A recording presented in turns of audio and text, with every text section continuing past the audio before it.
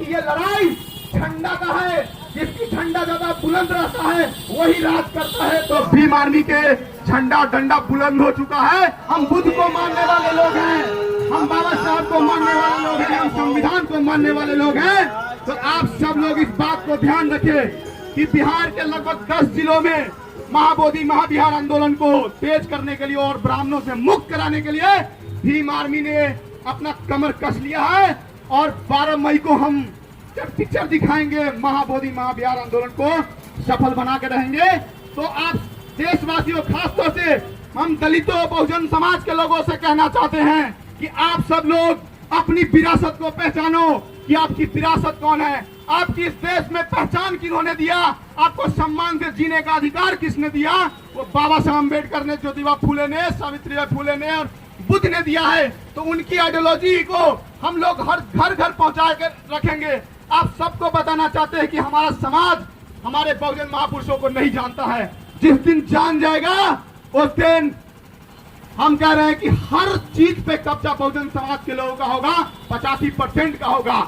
हम कहना चाहते हैं यही मुजफ्फरपुर की धरती है कि हमने मनुवादियों सामंतवादियों को छक्के छुड़ाए हैं। और इसी भीम आर्मी के बैनर तले अब तो हमारे पास सदन में भी आवाज उठाने वाले हमारे एक योद्धा चंद्रशेखर भाई एक ऐसा शख्स है कि किसी भी व्यक्ति के आंख से आंख मिलाकर कहता है कि हमारे समाज के लोगों पे किसी तरह का अत्याचार शोषण नहीं सहेंगे। तो हम इस आज मुजफ्फरपुर वासियों को और हमारे समाज के लोगों से कहना चाहते हैं कि खास तौर से आप सब लोग अपने बौद्ध विरासत को बचा ले।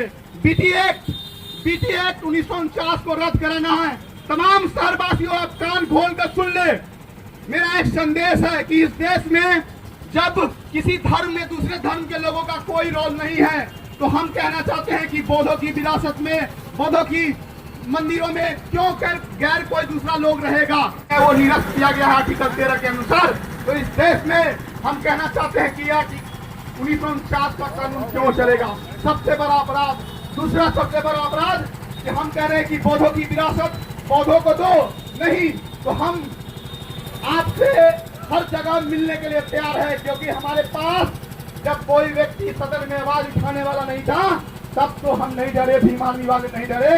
अब तो हमारा बहुजन समाज का एक ऐसा योद्धा आ गए हैं जो मनुवादियों सामंतवादियों से आंख में आंख मिलाकर बात करता है और कहता है कि हमारे समाज से किसी तरह का अत्याचार और शोषण हम बर्दाश्त नहीं करेंगे। तो ये मुजफ्फरपुर की धरती है और हम इस मुजफ्फरपुर के रहने वाले और तमाम साथियों से कहना चाहते हैं कि अपनी विरासत को बचा लो। क्योंकि ये लड़ाई झंडा का है, जिसकी झंडा ज्यादा बुलंद रहता है वही राज करता है। तो आज हमारे बहुजन समाज में एक ऐसी नींव भीम आर्मी, कोई हिंदू नहीं है, कोई बौद्धों में कोई तो दूसरा क्यों रहेगा। हम आप सब लोग तो कहना चाहते हैं कि इस देश में दो तरह की लड़ाई लड़ा जा रहा है। एक लड़ाई जो एक तरफ मुसलमान भाइयों को आतंकवादी और दलित भाइयों को नक्सलवादी कहने का काम करता है। हम इन शहरवासियों से कहना चाहते हैं और जो लोग इस तरह की मानसिकता रखे हुए हैं उनको मैं कहना चाहता हूँ एक बात याद रखिए, यही दलित मुस्लिम भाईचारा सम्मेलन करके और आपकी औकात न दिखाए तो कहना कि भीम आर्मी का एक सिपाही कुछ बोल कर गया है।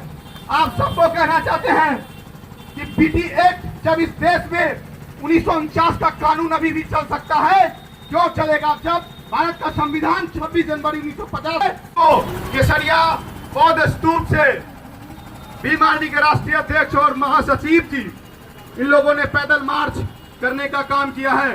और आज मुजफ्फरपुर 0 माइल गोलंबर से लेकर मुजफ्फरपुर के शहर के कई जगहों पे आज हम लोग पैदल मार्च कर रहे हैं और सरकार को आह्वान कर रहे हैं कि किसी भी हाल में महाबोधि महाबिहार को हम छीन के रहेंगे। इस बात को हम चेताने के लिए आए हैं। अगर सरकार इस